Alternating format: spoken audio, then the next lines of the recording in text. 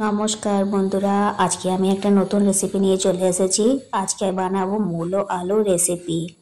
সেই মূলোগুলো এইরকমভাবে আমি কেটেছি, এইরকম সাইজের।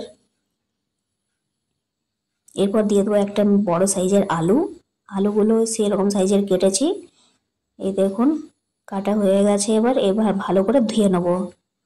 এগুলো ধোয়া হয়ে গেছে। এরপর দিয়ে দেবো একটা মিডিয়াম সাইজের পেঁয়াজ। এরপর কড়াইয়ে চাপিয়ে দিলাম, কড়াইয়ে তেল দিয়ে দিলাম গরম হতে। এরপর ফোড়নে দিয়ে দেবো জিরে ফোড়ন, কয়েকটা তেজপাতা। এরপর দিয়ে দেবো কেটে রাখা পেঁয়াজ। এইগুলো এবারে ভালোভাবে নেড়ে নেবো। নেড়ে নিচ্ছি ভালো করে, কালচে কালচে ভাব হালকা হয়ে গেলে ততক্ষণ তাহলে কি পেঁয়াজগুলো ভালো তাড়াতাড়ি একটু গলে যায়। হালকা লাল লাল ভাব হয়ে গেছে। এবারে কেটে রাখা সবজিগুলো দিয়ে দেবো। দিয়ে দিলাম, ভালোভাবে নেড়ে নেবো। এগুলো সবজির সাথে পেঁয়াজগুলো ভালোভাবে মিক্স হয়ে যায় সেরকমভাবে নেড়ে নিচ্ছি।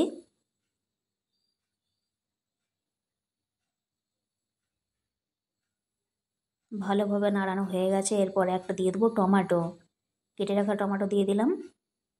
এরপর টমেটোর সাথে আলু মূলো একবারে ভালোভাবে মিক্স করে নেবো।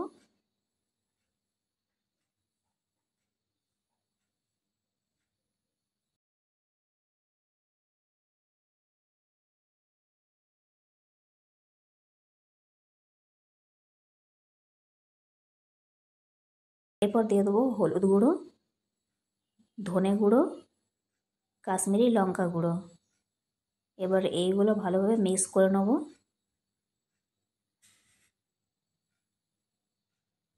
গুঁড়ো মশলার সাথে সবজিগুলো ভালোভাবে মিক্স করে নেবো।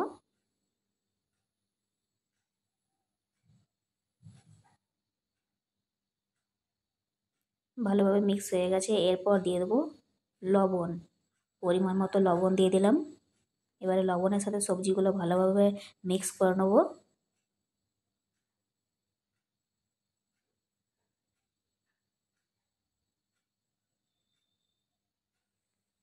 ভালোভাবে মেশানো হয়ে গেছে। এরপর দিয়ে দেবো জল, পরিমাণ মতন জল দিয়ে দিলাম সেদ্ধ হতে।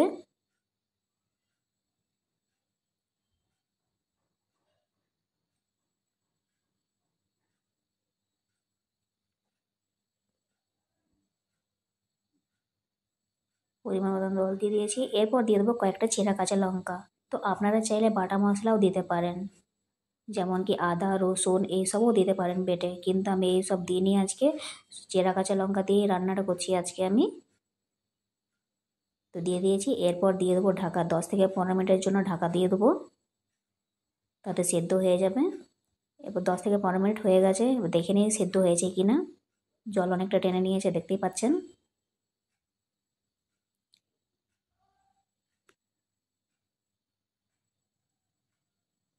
জল পুরোপুরিভাবে টেনে নিয়েছে আর সেদ্ধ হয়ে গেছে আলু আর মূলোগুলো, আর টমেটোগুলো গলে গেছে। এরপর দিয়ে দেবো গরম মশলা, 1 চামচ দেবো না, অর্ধেক চামচ দিয়েছি। এটা ভালোভাবে মিক্স করে নেবো।